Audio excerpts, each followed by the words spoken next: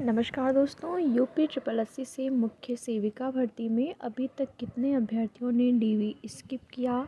Seat वृद्धि, cutoff कम, आरक्षित वर्ग के अभ्यर्थियों के लिए ज़रूरी सूचना, वर्तमान में हो रही डीवी और आप लोगों की डीवी को कितने लोगों ने अभी तक स्किप किया हुआ है, क्या इसका प्रभाव रहने वाला है, साथ ही साथ कोर्ट में जो मैटर चल रहे हैं उन सभी विषयों को लेकर बात करेंगे।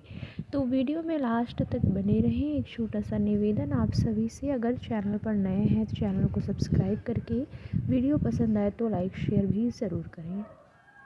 तो जैसा कि आपकी भर्ती में कई ऐसे मैटर हैं जो कि कोर्ट में चल रहे हैं और आप सभी को पहले ही बताया गया था कि अगर उन मैटर की वजह से कोई परिवर्तन होता है तो वो परिवर्तन क्या होगा, किस स्तर तक परिवर्तन हो सकता है, क्या चीज़ें हो सकती हैं। एक विस्तृत वीडियो के माध्यम से कोर्ट मैटर के प्रभाव को लेकर मैंने आप लोगों से ऑलरेडी डिस्कस किया हुआ है, जिसमें कि आप सभी को बताया है कि अगर आंसर की वाले मैटर को लेकर जो एक प्रश्न पर विवाद है या मैटर कोर्ट में चल रहा है, अगर उसमें परिवर्तन होगा तो क्या चीज़ें हो सकती हैं।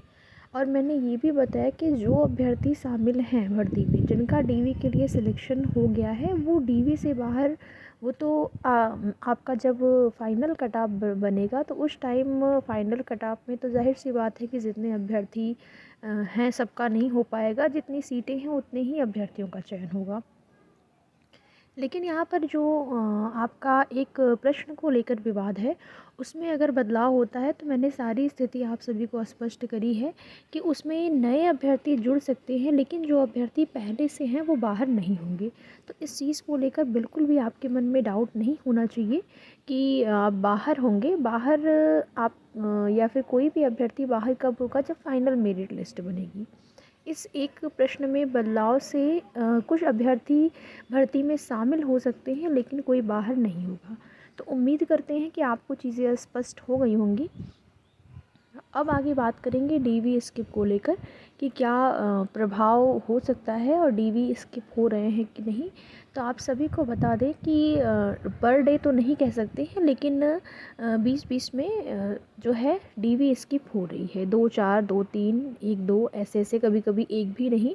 तो इस तरीके से डीवी स्किप का जो अभियान है वो, उसको आप चाहे सफल कहें या फिर असफल कहें, क्योंकि देखिए क्या होता है कि बहुत कम ही अभ्यर्थी होते हैं जो कि कहने से जिनके ऊपर प्रभाव पड़ता है, ठीक है। बाकी सबकी अपनी अपनी विचार हैं, अपने अपने सोच हैं। तो सभी लोग जिन्होंने पहले से डिसाइड कर लिया होगा या फिर कहीं पे किसी भी जॉब में होंगे, उनको छोड़ना होगा तो वो तो कंफर्म है कि छोड़ेंगे। लेकिन जिनको, कुछ अभ्यर्थी होते हैं कि वो नहीं छोड़ना चाहते, उनको लगता है कि हम डीवी करवा लें, भले ही किसी भी ऐसी जगह पे हों जहाँ से वो संतुष्ट हों और जॉब वही करते रहें, लेकिन फिर भी वो सोचेंगे डीवी करा लें।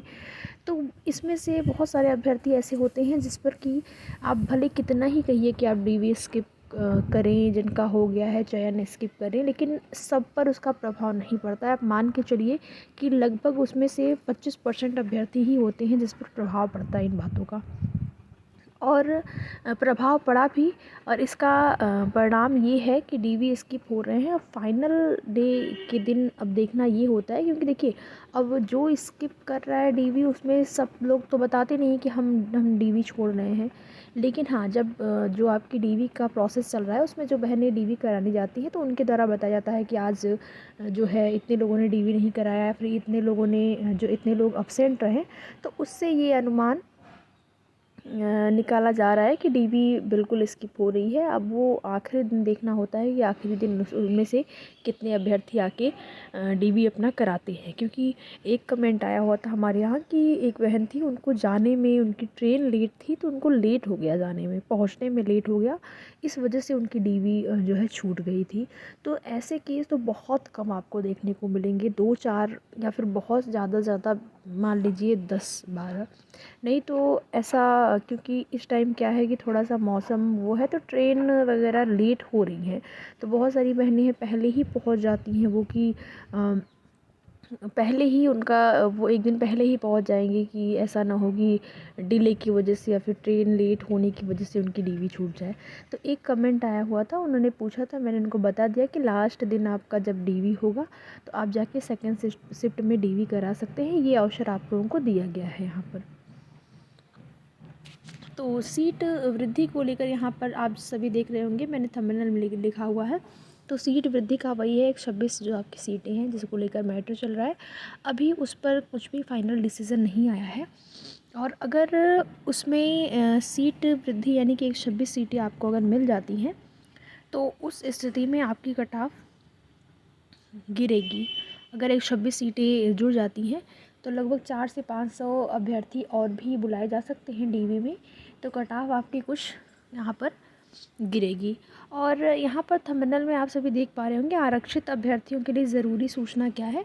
तो आरक्षित वर्ग के जो अभ्यर्थी हैं जो 36 आरक्षण में आ रहे हैं उनसे प्रोविज़नल भरवाया जा रहा है। अभ्यर्थियों का ऐसा कहना है कि 36 आरक्षण के अंतर्गत अभ्यर्थियों से प्रोविज़नल भरवाया जा रहा है। तो इसका मतलब क्या है, क्या वे अभ्यर्थी भर्ती से बाहर हो जाएंगे? देखिए, प्रोविज़नल बहुत सारे अभ्यर्थियों से भराया गया है यहाँ पर। ठीक है, आप देखेंगे जब आपका रिज़ल्ट यहाँ पर फाइनल रिज़ल्ट आएगा तो उसमें भी आप देखेंगे कुछ अभ्यर्थी रहते हैं जिनको प्रोविज़नल की श्रेणी में रख दिया जाता है, कुछ अभ्यर्थी होते हैं विदहेल्ड की श्रेणी में रख दिया जाता है। तो प्रभाव ये होता है कि उनका जो प्रक्रियाएं होती हैं, उनकी जो जॉइनिंग होती है वो लेट हो सकती है।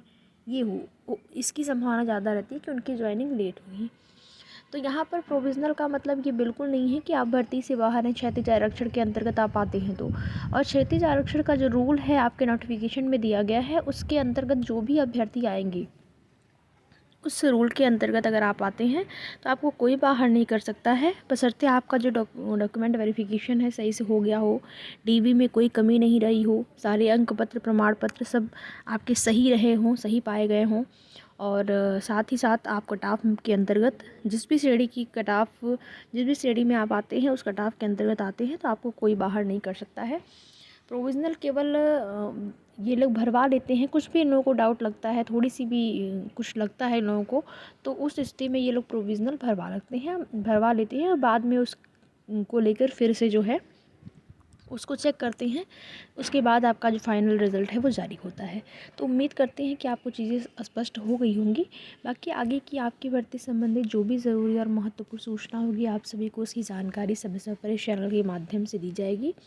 और आपकी भर्ती में जिन भी अभ्यर्थियों का चयन नहीं हुआ, आउटसोर्सिंग के माध्यम से आई हुई स्पेशल वैकेंसी है आपकी स्पेशल एजुकेशन, साथ ही साथ ECCE एजुकेटर, तो इन भर्तियों में आप आवेदन कर सकते हैं। आवेदन जो है कुछ ज़िलों में स्टार्ट हो गए हैं। तो ECCE एजुकेटर में जो है 5 ज़िले में आवेदन शुरू हुआ है, बाकी सब ज़िले आपके अभी बचे हुए हैं। तो उन ज़िले में आप अगर आप ज़िले से हैं तो आप ज़रूर आवेदन करें।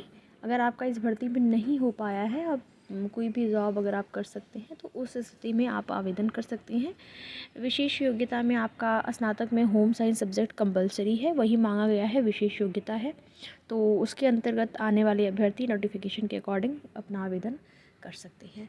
बाकी आगे की सूचना के लिए जुड़े रहें हमारे साथ। वीडियो में लास्ट तक बने रहने के लिए आप सभी का बहुत बहुत धन्यवाद।